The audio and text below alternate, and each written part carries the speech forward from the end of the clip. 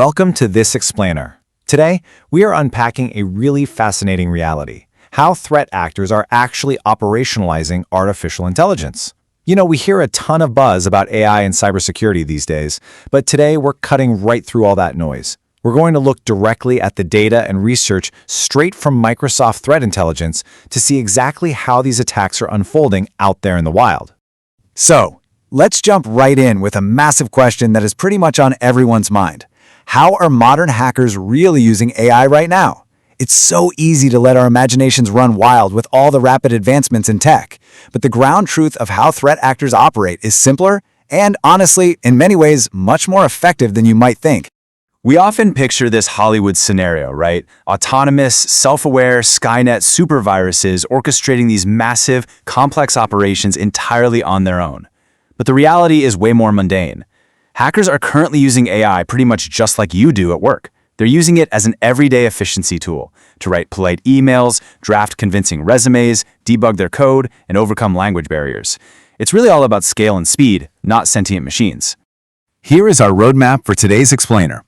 We'll start with the AI hacker reality, then look at social engineering, malware development, post-compromise misuse, emerging threats, and finally, wrap up with the Defender's Playbook. Let's start with Section 1, the AI hacker reality. The absolutely crucial takeaway here is that AI acts as an operational accelerator. It's a massive force multiplier. It reduces technical friction and speeds up execution, which allows threat actors to move faster and scale their operations. But, and this is a really important but, the human operators still retain full control over the objectives, the targeting, and the deployment decisions.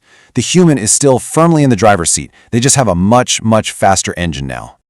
Moving on to Section 2, faking it, social engineering. Let's look specifically at a group tracked by Microsoft Threat Intelligence as Jasper Sleet.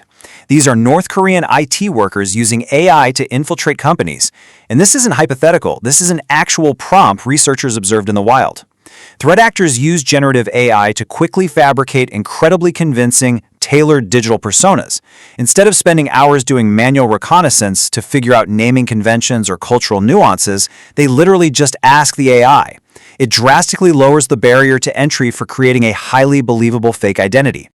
This completely illustrates Jasper Sleet's chillingly efficient workflow for getting hired at Western companies. They use AI at every single step. First, they scrape job boards to pull out role-specific language. Second, they generate incredibly polished fake resumes and cover letters. Third, they use AI apps like FaceSwap to slap their faces onto stolen identity documents. And finally, no joke, they even use real-time voice modulation software during live video interviews to mask their accents and pass as Western candidates. It's a fully AI-enabled pipeline for social engineering. But getting the job is only half the battle, right? You have to keep it. Once they're inside, Jasper Sleet uses AI to sustain that long-term employment. Just like you might use an AI assistant to help draft an email to your boss, these threat actors use it day to day. They translate messages to overcome language barriers, they generate code snippets to look like competent developers, and they use it to maintain a consistent professional communication style. The AI essentially hides their lack of fluency or technical knowledge so they can just stay on the payroll and keep their access. All right, Section 3, AI-assisted malware development. Here we have Coral Sleet, another North Korean group, showing us exactly how AI acts as a malware development accelerator. They use AI coding tools to rapidly generate, refine, and re-implement malware components, like the Otter cookie payload. This means they no longer need deep, specialized expertise in every single programming language. The AI lets them rapidly test and refresh their malware payloads, which significantly ramps up their operational tempo. Now, this is absolutely fascinating for defenders, because if you look closely at their code, AI actually leaves behind these bizarre, telltale fingerprints.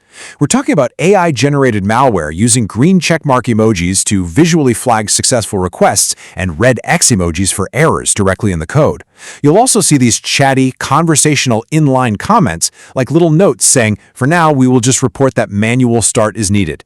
Plus, there are these over-engineered, highly modular structures typical of AI outputs. It's a completely different footprint than traditional human-written malware. Next up, Section 4, post-compromise AI misuse. So what happens once these hackers are actually inside a corporate network? Let's map out how AI functions as a tireless research assistant post-compromise. During the discovery phase, actors use AI to summarize massive amounts of configuration data so they can quickly understand complex enterprise layouts. In lateral movement, AI helps them analyze trust relationships to spot viable paths through the network. When it's time for exfiltration, AI helps identify the absolute most valuable data subsets, which reduces their transfer volume and helps them avoid detection.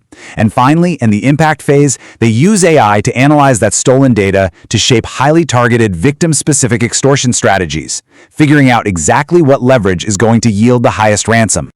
Which brings us to Section 5, Emerging AI Cyber Threats. Right now, hackers mostly use generative AI by prompting it manually. But we are seeing early experiments with something called agentic AI.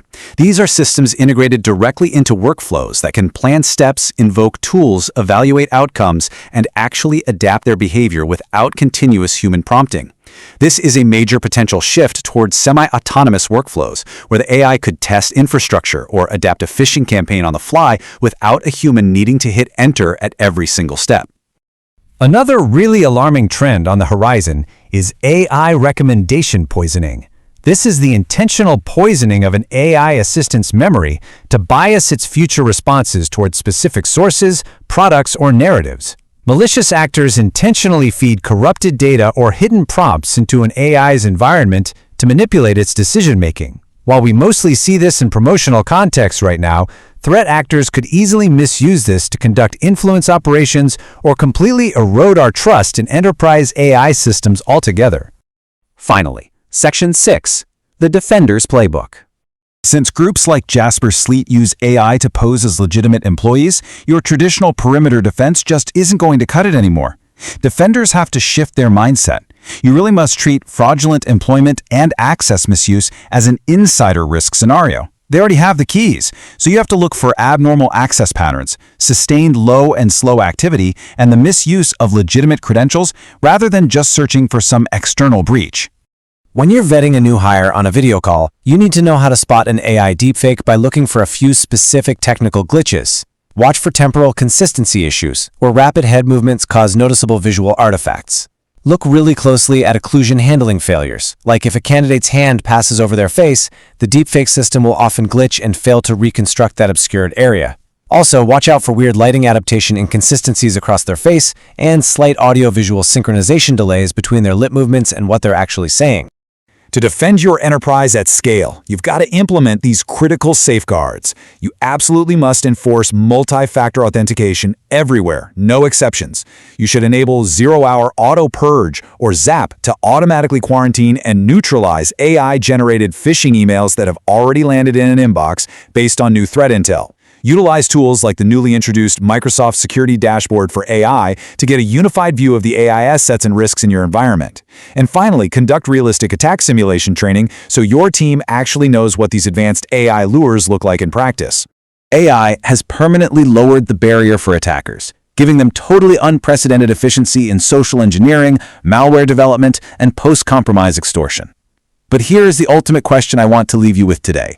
AI is a tool available to both sides. So how will you leverage AI to transform and accelerate your own defenses? Thank you so much for joining me.